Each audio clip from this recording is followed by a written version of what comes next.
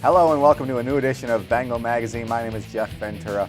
For our first show of 2015, we're going to talk women's basketball with head coach Sue Roarke. Then we'll visit with men's basketball and head coach Fajri Ansari. He's bringing senior guard Chris Cartwright. And in our final segment, we're going to talk indoor track and field with assistant coach Markus Allen and sophomore thrower David Littere.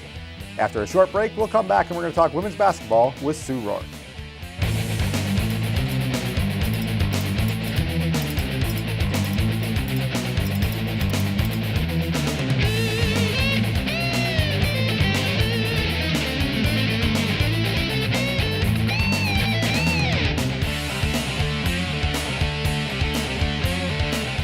Welcome back to Bengal Magazine. Our first segment, we're talking women's basketball with head coach Sue Roarke. 9-8 overall, just past the halfway point of the SUNYAC season, though, probably more importantly, and 6-4 in the conference and right in the thick of the playoff race. Talk about the season a little bit to this point. 6-4 before the season. I think you may have signed up for that with a young squad. Yeah, we have a lot of new faces this year, so I think we've won some crucial games, beating both Plattsburgh and New Paltz at home. So far this season, those are kind of the teams that are right in the middle with us. So I think those could prove to be some big wins down the road. So I think we've made some improvements from the start of the season to where we are now. So overall, pretty pleased with where we're at. Talk a little bit about that New Paltz win. The Plattsburgh win, also a 1-point win. Maybe not quite as dramatic as the New Paltz win. I believe we were up as many as 17 in the second half, and then kind of let it slip away. But a good sign for a young team learning how to pull it out at the end. Talk about the last couple of minutes and what you saw out of your team. Yeah, what I told the team afterwards is, we've been in some close games and we've been fortunate to win quite a few of those. And I think, as you progress throughout the course of the season and playoffs, that can build confidence in tight matches. Obviously, the New Paltz lead, we let it slip away and got ourselves into position that it was that tight at the end with some turnovers and things. But I think, and what's nice about it is both wins we had two different players kind of step up and make some big plays in crucial moments. So Nyasha Hoop got a huge offensive rebound in the New Paltz game to put that back in for what proved to be the game winner. And then against Plattsburgh, Ashley Wallace made two huge free throws in the last few seconds of that game to win. So I think it's a real confidence booster as we move forward. You've been here a little while. Team looks a little bit different this year in the way it's getting things done. Fun for a fan to watch, maybe not as much for a coach. The highest scoring team in the SUNYAC, and then also the most points allowed in the SUNYAC. Is that something by design this year, or is it something that's kind of happened a little bit unexpectedly as the season's gone on? Yeah, definitely not by design. I think we were nervous coming into the year. We had lost, two different 1,000-point scorers last season with Bianca Smiley and Stacey McElroy. So I think we had some concerns where scoring was going to come from this year, so that's been a pleasant surprise as far as the number of points that we're putting up offensively. But I think defensively, with so many new faces, we knew it was going to be a work in progress, and I think we've gotten a little bit better. We were giving up 74 points per game early in the year. We've dropped that down to 70, and it's something that we talk about every day in practice. Like, we know for us to be, to get to playoffs and to make some noise in playoffs, defense is what has to improve for us. So I think that's what practice is really focused on lately. And you mentioned giving up just under 70 now, scoring over 70 points a game. Ashley Wallace is one of the names you've already mentioned, but one of the leaders in the league in scoring and rebounding. A senior forward. Talk about what she's brought to the team this season in kind of an enhanced role for her. Yeah, she, a lot of the scoring, has been placed upon her. We're trying to do our best to get her the ball inside. I think she's a little bit more athletic than a lot of posts in the conference, so we're trying to take advantage of that. So I think she's done a nice job. And like I said, the Plattsburgh game, it was nice to see her step up in that leadership role where the game was on her shoulders, and for her to come through for us was big. Just going through the roster a little bit, some other players. A new player to the roster this year, not a freshman though, Brittany Perry. Also getting it done at both ends of the floor with scoring and rebounding. Talk about what she's brought to the lineup this year to kind of replace some of that talent that we lost last season to graduation. Yeah, height-wise, Brittany's probably only 5'6", but she's an amazing rebounder. She's a heck of a jumper and uses her athleticism both on offensive rebounding and defensively. So that's been really productive for us to have her help out with the rebounding. And I think, being new, beginning was with some adjustments into what systems we're trying to run and things like that. But I think, again, she's somebody that's definitely improved, from the beginning of the season to where we are now. And then one more name that I'll throw out is senior captain Olivia Luciani, leads the league with 33 three-pointers, and has been a pretty consistent three-point threat for us through the years, which we haven't had in recent years. Talk about what that element kind of adds to our arsenal. Yeah, I think it balances out our offense. You know, we obviously have the inside game with Ashley, and then we also have some guards that are pretty athletic that can get to the rim off of dribble penetration. And I think Liv kind of adds that shooting threat to our offense. So it helps us definitely be a lot more balanced on the floor. I think part of the success in the offensive side of the ball is the balance that you mentioned. Other players that have stepped up and maybe surprised you or exceeded expectations to this point this season? Yeah, I mean, I think, you know, those three that we've talked about already, Ashley, Britt, and Liv, they're carrying a lot of the scoring burden for us at this point. But we've had a freshman, Keontae Edwards, that's come off the bench for the most part, that I think can give us sparks with energy. Clarissa Matias, who's a junior on the team, I think has really grown this year and had some increases in her minutes and had some games that she's really made some big threes for us as well. So I think we've had some nice contributions off the bench as well. We mentioned 6-4 in SUNYAC. I believe it slots us in 5th right now, but a half a game out of 3rd place only. It's very tight, especially in the middle of the pack. Heading to Plattsburgh-Potsdam this weekend. It's a 1-point win against Plattsburgh earlier this season and a pretty lopsided victory over Potsdam. How do you prepare for this weekend in games that could factor very critically down the stretch? Yeah, it's our longest road trip, so I think we try to get our team mentally ready for that, to come focus when we get up there. We know Plattsburgh did not shoot very well at our place, and I think on the road we have to be prepared for them to shoot better, which means defensively we have to get better with that. And when we get to Potsdam on Saturday, it's going to be a focus thing. So sometimes, when you beat a team the first time pretty easily, focus can be an issue the second time that you face them. So just making sure that we're mentally tough and prepared to go. In a very tight conference, looking ahead at the playoff picture, is there a clear favorite this year, and how far do you think this team is capable of going? I mean, right now, Geneseo and Cortland are 1-2. Schedule's a little bit different this year because not everybody has played everybody once, and we've played Brockport twice already. So, it's a little bit hard to say where teams will eventually stack up, I think. But I think we're athletic enough to really challenge anybody. I think if we play well, there's not a team that we can't compete with. And I think the reverse is true too. When we don't play well, anybody can beat us. And I think that's what's fun about our conference, is how close games are and how competitive it is night in, night out. Well, it's been a fun team to watch so far this season. Best of luck this weekend. Next home games, Friday, February 6th and Saturday, February 7th. Cortland and Oswego, 2 very meaningful games in the sports arena. Come out and watch some high-scoring Buffalo State women's basketball. Thanks for coming on, and again, good luck this weekend. When we come back, we'll talk men's basketball with head coach Fajri Ansari.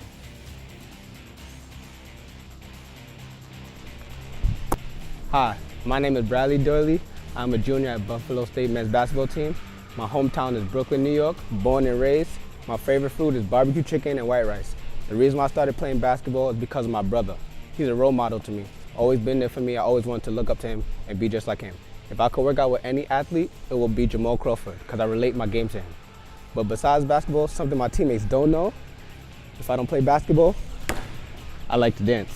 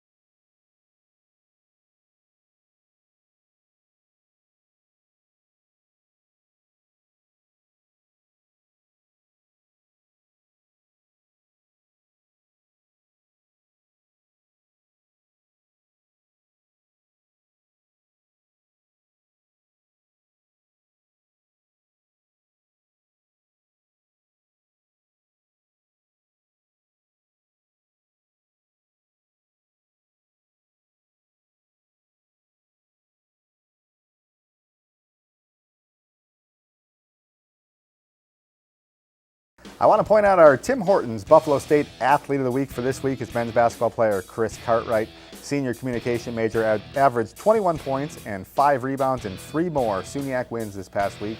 Cartwright poured in 24 points and added 4 assists in a 78-61 victory at Fredonia. He netted 19 points in a 71-59 win over Oneonta on Friday, and then 20 points and 7 assists in a 95-89 victory over New Paltz on Saturday. Chris Cartwright is your Tim Hortons Buffalo State Athlete of the Week. In our next segment, we're joined by men's basketball and head coach Fajri Ansari and our Athlete of the Week, Chris Cartwright. Guys, welcome to the show. A nice turnaround to the season. Hottest team on campus right now with 6 straight wins. 10-6 overall and rapidly climbing the SUNYAC standings at 6-4. Talk about the year to this point a little bit. Well, it's definitely been a work in process. We've evolved a little bit. In the beginning of the year it was very challenging. We had a great opening game, a good crowd at Madai, and saw some good signs, but I know we had a lot that we had to still build upon. So it was kind of frustrating. A lot had to do with this, having so many new players and trying to get chemistry, and guys was pressing a little bit. We were competitive, but it was just early for us. We was in a stage we were very uncomfortable. We started out at 0-3 in the league, and that's the first time for all of us. And but I felt that we would definitely get better down the road. But in our league, you can't really afford, and we still digging ourselves out of that early hole. So. Well, early hole, we started 1-4, but it's a long season. And then you got a little bonus as Chris Cartwright returns to the team after quite a hiatus. First team all-conference player in 10-11, helped the team to a SUNYAC championship, Sweet 16 appearance, and then personal reasons had to leave school for a while, and then came back, and the team's been 9-2 since his return. Obviously, the impact that he's had just with his presence on the court, but what has that done for the whole team's game and kind of rounding the team into form? Well, I think overall, not just basketball, but just off the court, proud he came back, had a 4.0 last semester. He's demonstrated, even though he couldn't practice with us, we always see him in the gym. He's shooting, working out, and I think it brought a level of maturity to the rest of the players and a commitment level. Being away and dealing with family and personal issues and recognizing the importance and value of school and education, that was, prominent in his return, and I think the players kind of build on that. Chris obviously is a good shooter, but it stands to reason that he's in the gym more than anyone else, and I think that has kind of carried over to some of our younger players. So then obviously on the court, it's been a great plus. Took pressure off our senior shooting guard, Rod Epps, who was kind of a key target, before Chris came. So now we could spread the floor a little bit more, and just leadership overall, it helps us to be a better team. Chris, talk about what it's like to be back. 2010-11, it was a little while ago now. You look stronger and you're playing just as well, if not better.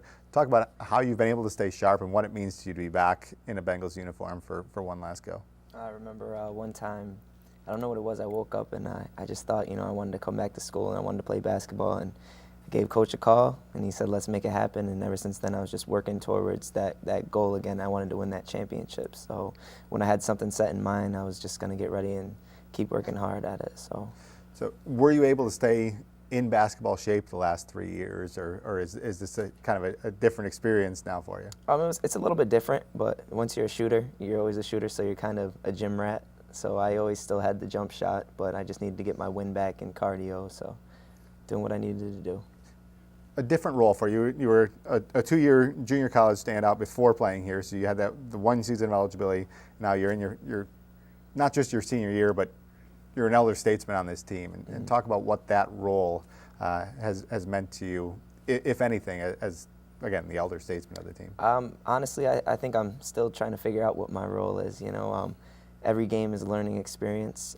The team has to have like a nice chemistry. We have to have a nucleus, and every game so far, I think we could say that we've gotten better, and we're still understanding each other as a team. So my role is still a little bit indecisive, but I'm just trying to make sure that everybody is on the same bandwagon as me into winning this championship. Coach, talk about, we talked to Coach Roarke about her team, and very similar, almost cookie cutter type teams this year. With we give our scoreboard operator a workout at all of our games. A very up-tempo, high-scoring offense. Talk about the strengths of this basketball team. Yeah, we've had, I think we got some good talent, but we really need, we don't have players with a lot of experience, some a little bit more than others.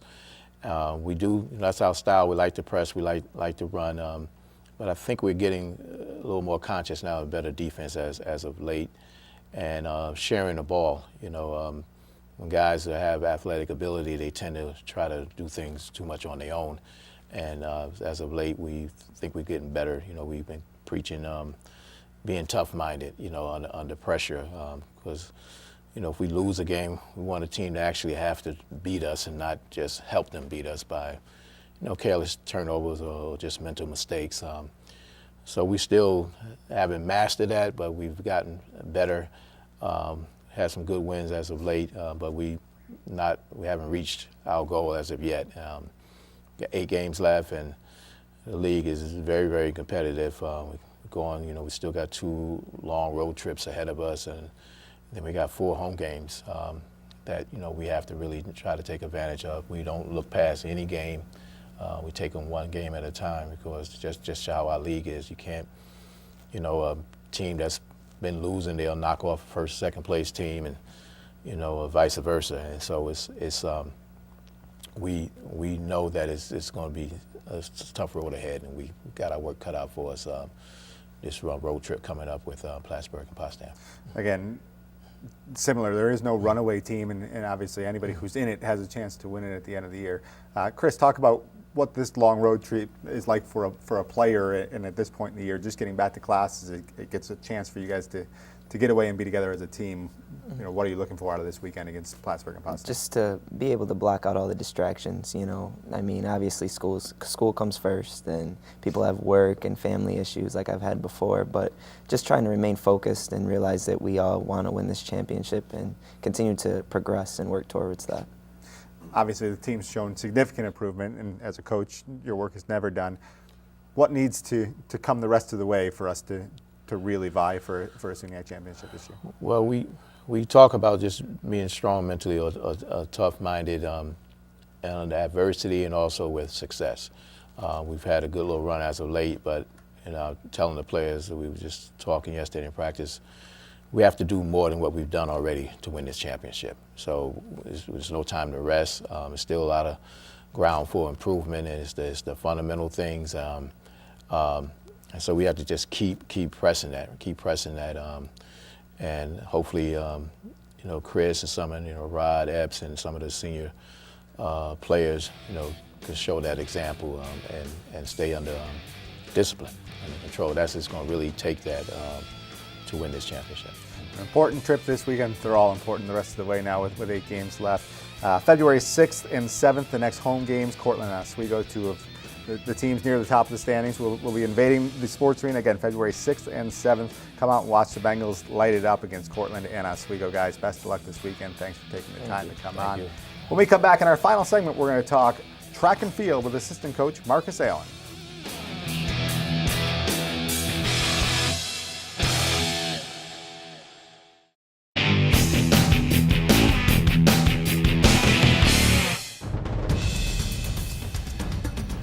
Welcome back to Bengal Magazine. In our final segment, we're talking indoor track and field for the first time this year. Assistant coach Markus Allen and sophomore thrower David Littere. Guys, welcome to the show. 1 meet into the season, so we're still young in the season, but the indoor track season moves so quickly. Yeah. We're already thinking championships almost after 1 meet. But first meet this past weekend, competing at Baldwin Wallace. We didn't send full squads, but we saw some real good things. Talk about that first meet, and did it meet expectations for what you were hoping to see? Yeah, it was a great start to the season. Originally, we were slated to go to Youngstown State, but we have a much younger squad. So what we wanted to do was kind of just take care of a few miscellaneous events, ECAC events, and give kids more of an opportunity, like in the 55-meter dash, 55-meter hurdles, just to have, a chance to make it back to finals and just get more reps that way. Youngstown is such a competitive meet, Division I meet, that, you know, most of our kids wouldn't probably make it past the prelims. So Coach Lewis saw that as a great opportunity just to get more reps and get our younger kids involved. You mentioned 55-meter dash, which we dominated, and we always dominate. And sprints and jumps and hurdles, we historically dominate. Correct. Throws has been an area that has been a work in progress. We saw some great things out of the guys sitting next to you. First meet of the season, school record in the 35-pound weight throw, more than 54 feet, more than 4 feet longer than the previous record, which you hadn't held, so it's a new PR for you. Just as a sophomore, talk about what leads to that dramatic improvement in just one meet. A lot of hard work and dedication from previous years. I owe a lot of it to the coaches, Coach Dan and Coach Nick. I just did what I was told. I did it on my own, and there's a lot of hard work went into it. What does being a school record holder mean to you? Is it something that was on your radar, or is it a little unexpected? Since the end of the last season, when I had a pretty big throw at SUNYX, I was really happy with it, and then ever since then, I wanted that school record. And there are more school records that are on the horizon, so we'll talk about that a little bit later. Coach, talk about this year's roster a little bit. We returned Jasmine Dunham, a 5-time All-American, including the 2013 200-meter dash national champion, and then 3 others with All-American certificates in Jaslyn Porter, Stone Pritchard, and Sasha Van, all on relays. Talk about kind of our national presence this year and who are names that we should be looking for. We're definitely coming strong from the standpoint of having somebody like Jasmine Dunham back, having those girls coming back. What's going to be beneficial for us is just having our young athletes, our freshmen and sophomores come up, because we have a very young team. We're only graduating, I think, 4 or 5 seniors. So just to have the leadership of a Jasmine, Sasha, Chatone, and Jaslyn has been, you know, just a great help. And the kids, with Monique Richards, you saw her finish second to Chatone Pritchard in the 55-meter dash, which was also a top 10 performance. Jaslyn Porter also had a top 5 performance in the 55-meter dash in a race that she doesn't normally run. She's more of a 400, 4x4 kind of girl. So I think what we've added is a lot more depth, and to be honest with you, this is probably one of the most balanced teams we've ever had. So sky's is the limit. It's kind of hard to make a projection now, but we kind of like where everything is going, and just going into the SUNYX, feel great about everything. Right, teams don't want to hear that in the SUNYAC. February 27th and 28th, a 2-day indoor championship for the first time this year, a new format, which probably benefits us to some extent with allowing some rest and some time in between those sprint events, which we tend to dominate. Correct. Women runner-up last year, men were SUNYAC champs last year. Are we considered among the favorites to win on both sides this year? I always feel, expectation? Yeah, I always feel both sides were always going to be a top 3 performance. The conference is great. It's one of the best conferences in the country. Definitely top 5. Oneonta's going to be strong. Cortland's always going to be strong. Geneseo's kind of going through a whole rebuilding process, so we know they'll be right there. And obviously the people that will be hosting at Brockport, they always have talent in the throws, sprints, hurdles. So I think it's going to be a very competitive meet, but we do feel great. We feel confident with the team that we have, the newcomers that have just showed up, and I think we should have a great performance. I want to talk about the indoor schedule a little bit leading up to and beyond SUNYACs. Kind of a unique opportunity this season for our indoor track and field athletes to compete at the Armory in Manhattan on 2 separate occasions, kind of the mecca of indoor track and field in the United States. Ramapo hosts a meet there on February 7th, and then ECAC Championships the first weekend in March. I know that you guys look forward to putting an opportunity for the student athletes to go to the Armory on the schedule. What does that mean for the student athletes? A, it's a faster track, so it helps for nationals, but also just the prestige of competing at the Armory. I mean, you know, Jeff, if you look at our roster, we have a lot of kids from downstate, Long Island area, New York City, Westchester area, so it's really a homecoming for them. They get to go down there, families there, people that, you know, haven't gotten a chance to see them run. This is kind of like, you know, they're coming back and they're getting their curtain calls. For some of the freshmen that we have, Muhammad Kawanda that has the #1 jump right now in our conference in the triple jump. Muhammad Kyote, who hasn't ran yet, but he's getting ready to make his debut this weekend in Ithaca. For guys like that and for some of the ladies, it's going to be just a great opportunity for families and friends just to kind of see where they're at and just see where, you know, their maturity is going. Like, one of the few indoor track and field venues I've actually had the opportunity to watch the team. It's an amazing venue and an exciting opportunity for the athletes. David, I want to talk to you a little bit.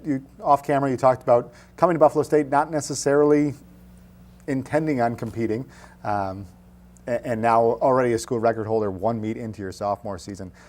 Talk about your career. You threw for 1 year at Wilson High School. Are you still just scratching the surface of your potential in the throwing events? Yeah, I feel like I have a lot more to go.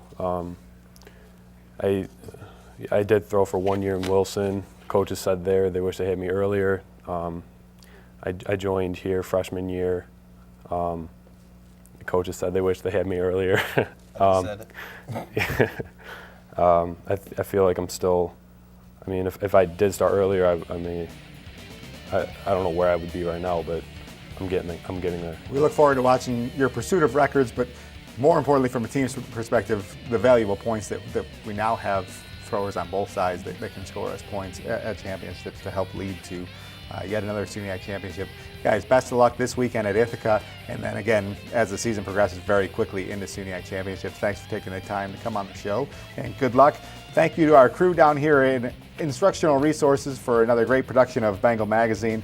We'll see you again in 2 weeks for more Bengal Magazine.